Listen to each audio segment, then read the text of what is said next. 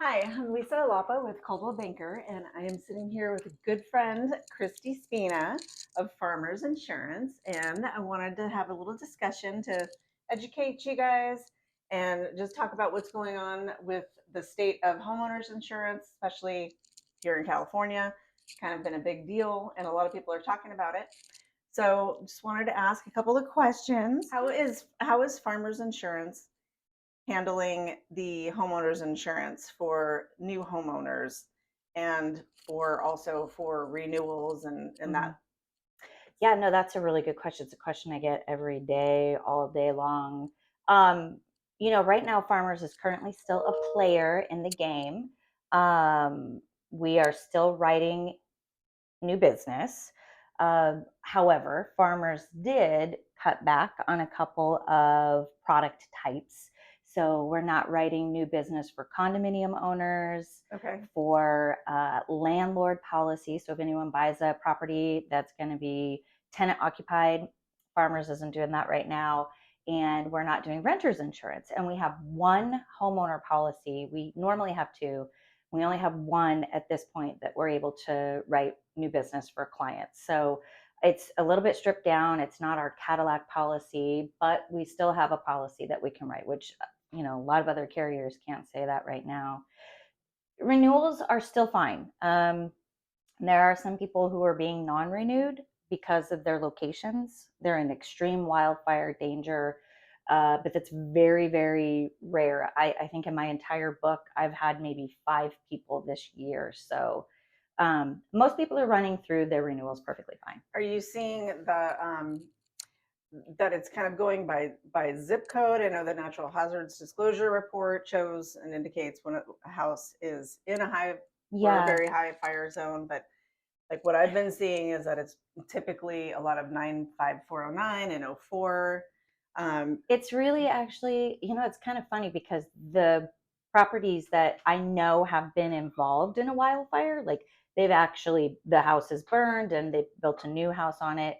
You would think that those wouldn't be necessarily insurable, but they're turning out to be sometimes. So we never quite know. You don't know where it's going to be. I've had people in Berkeley who have non-renewed because they were near where the Oakland Hills fire happened. So it's there, it just doesn't seem like there's any Rhyme real, or reason? yeah, so we just don't know until we know. And when it comes to new business, we just have to plug the address in and find out. Okay. And I have my burning question is, are you able to insure vacant land? No, we can't. We don't have a policy. If somebody has an existing homeowner's policy, so let's say you own a home and you've insured it, and then you also have vacant land, we're able to add the vacant land to the home policy. But we don't currently have like a traditional liability policy. Farmers doesn't, for vacant land. That doesn't mean that I wouldn't be able to get that for somebody. It's just not Farmers Insurance. So I think one of So the it's a things, brokered it's a product. brokered situation. Not everything fits in with Farmers, and that's okay. If I can't write something with Farmers, I can take off my Farmers agent hat and then I put on Okay. my broker hat, and we can So start. you're still a good go-to resource Yeah, for everything. any and everything. Yeah, all the things. All of the Yeah, things. yes. We're good. Okay. Mm-hmm. So yeah. So my buyer clients that are purchasing vacant land to someday build on it, Mm-hmm. let's say they purchase it all cash, Mm-hmm. and so they don't necessarily need homeowners insurance right Mm-hmm. now to close the deal, but they are going to need to get it at some point, and they Right. probably want to protect their asset. Right. So can I send those guys to Yeah. you to try and figure out if there's a policy that works for them? Yeah, I would assume that most people who are buying a vacant lot probably currently live in a home and have homeowners insurance. I know that's Correct. not always Oh, the okay. case. Okay. And so directing them back to their own insurance carrier to check is the smartest first step. And if that carrier is like, nope, absolutely, we don't do that, then I think looking for something outside your own homeowner's policy is your next And step. would that basically fall under the Cal Fair plan or? No, they don't do that. But California Fair Plan is a homeowner's policy for existing homes. Yeah, exactly.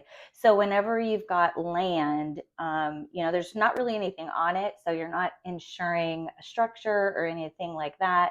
It's mostly the liability of somebody potentially getting hurt on that parcel of land. So you buy liability coverage. Once people start building on that vacant land, then they can buy either a course of construction, a builder's risk. There's specific policies for when you started construction. Okay, good to know. Yeah, that's great information. Yeah, good. And they're not going anywhere. No.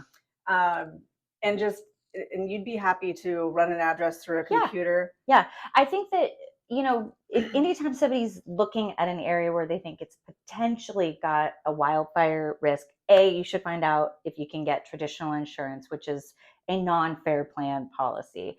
Do that. And then if you can, find out what that's going to cost, because those policies, even though somebody other than the California Fair Plan might be willing to insure it, it's probably going to have a higher premium associated with it than one that's in the middle of a city that doesn't have that same exposure. And so you should probably know how much the insurance is going to cost, and don't pay attention to what you see, like, oh, it's going to be $84 a month for your homeowners. That's hard to find, $84 a month homeowners insurance. That's all I have to say about that. Really difficult. So do your due diligence, find out if it's insurable. And then if it is, get yourself an actual quote. Even if you haven't put in an offer, you need to know that, I think, before.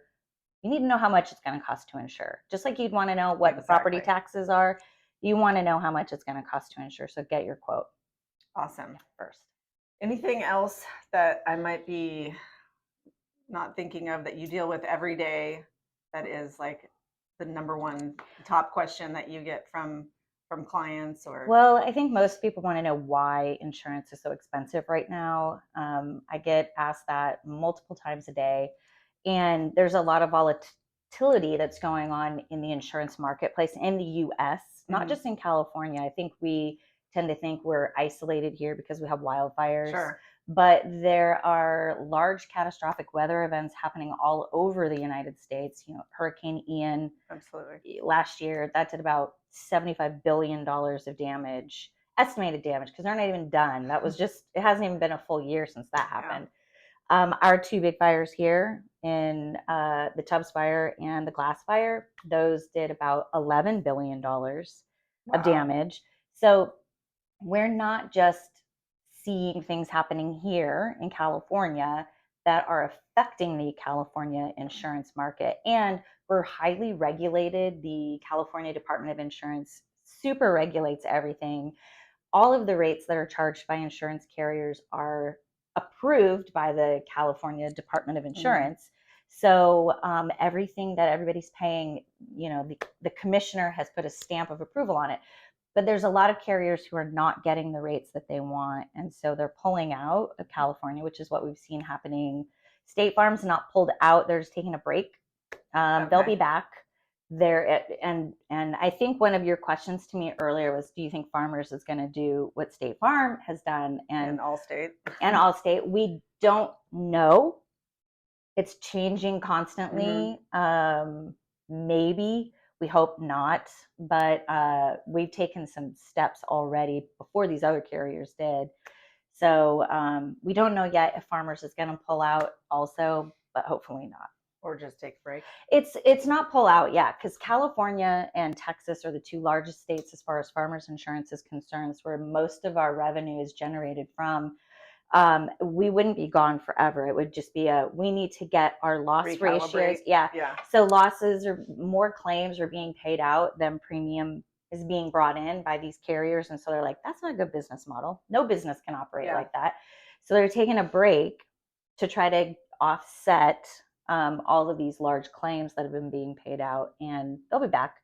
I'd give it 12 to 18 months, but during that time, there'll be few carriers that will offer new policies.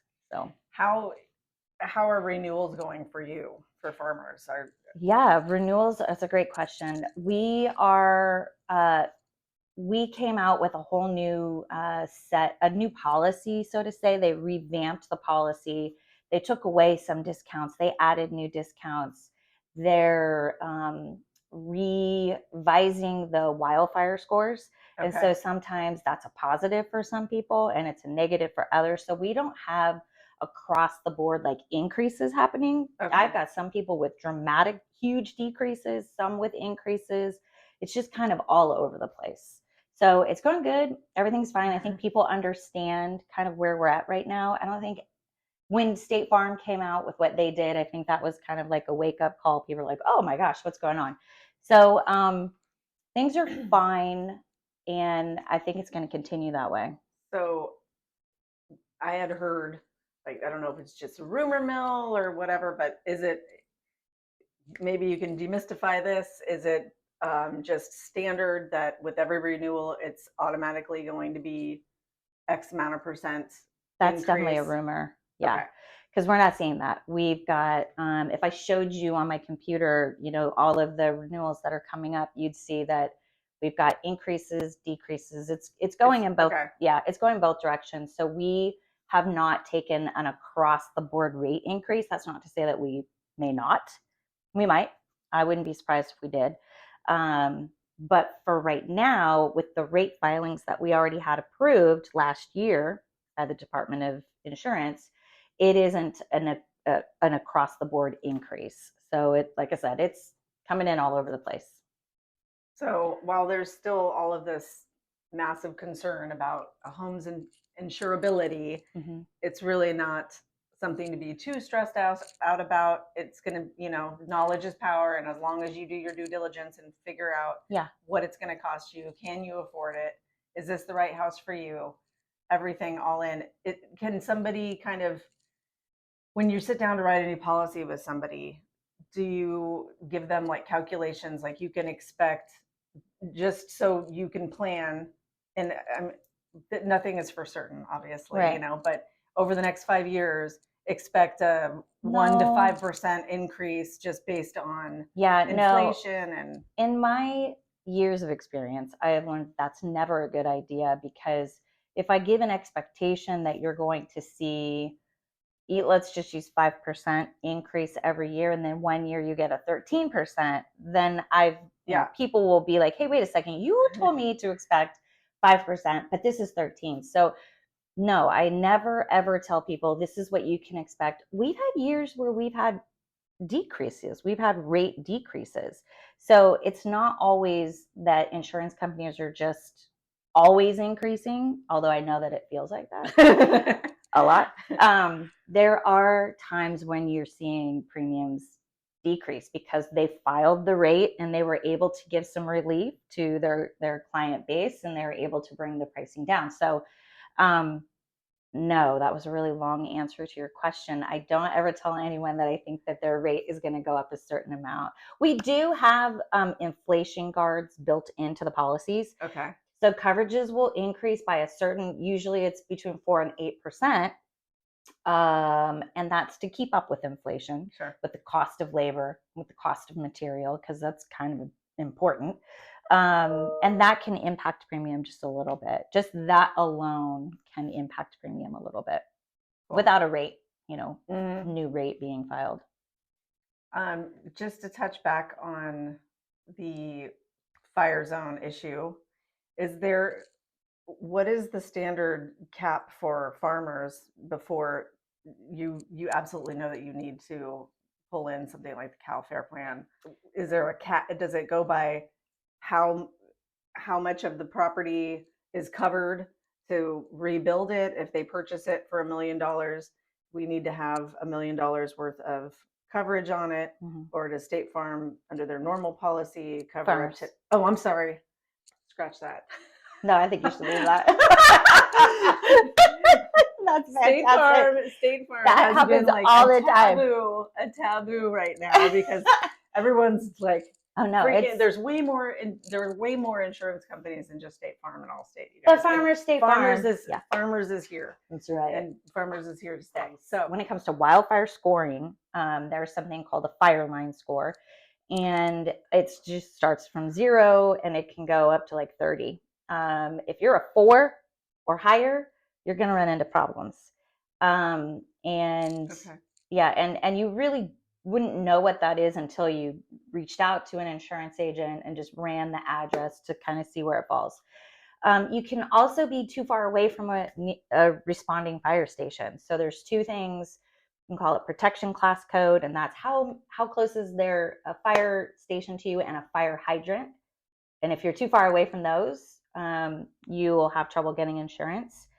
And if you're a 4 or higher, you're going to have some trouble on the wildfire scoring. You're going to have some trouble getting insurance. That doesn't mean that there isn't somebody out there. I've insured lots of houses with wildfire scores that are 4 and 5 even with farmers. So like I said, we just have to plug the address in, and that's how we find that out.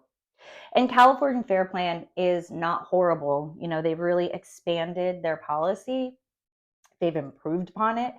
And you write it with a second policy. So you have two policies that go in force together. You have your fair plan, which really just covers some 3 basic things. And then you have to write what we call a companion policy that gives you all the other coverages that you would, or perils that you would be covered for. That would be in your normal farmer's policy. Yeah, right? which would exclude the things that are covered in your fair plan. So they're like 2 policies that come together and close all the gaps so that you still have the same coverages you would normally get with one policy, but now you've got 2 that are doing the same thing. Right. Cool. Yeah. It's a pain in the butt, but it it is what it is, and we do it if we have to. Okay, great. Well, I really appreciate your time today, Christi. And will you tell people how they can find you? Yeah. Reach out to you. Absolutely. So my email address is cspina, which is S as in Sam, P as in Paul, INA, at farmersagent.com. We have 2 office locations. We have one here in Santa Rosa, which is actually our second office, and we have one in Marin County, which is our first office. That was opened in 1984 by my father. And you can come in, you can call us. Our main office number is 415-382-9714. We're online, spinainsurance.com. We're in all the places. We're easy to locate. And you can just do a Google search on me, Christi Spina, and Christi with an I. Yeah, Christi with an I, and you'll be able to find our offices. Yes. Very centrally located in Santa Rosa on Mayette Avenue. Yeah. You will not have a hard time finding her. Yeah. I'm easy to find, and I'm always available. And I have a fantastic team. So if I'm too busy, or which can often happen, I have amazing producers here in our office that just basically are other versions of me. So they're totally fantastic. Awesome. Well, thank you. I appreciate your time. You're welcome. This was fun to do. It was fun to do. Yeah, thank you. Appreciate you. No problem.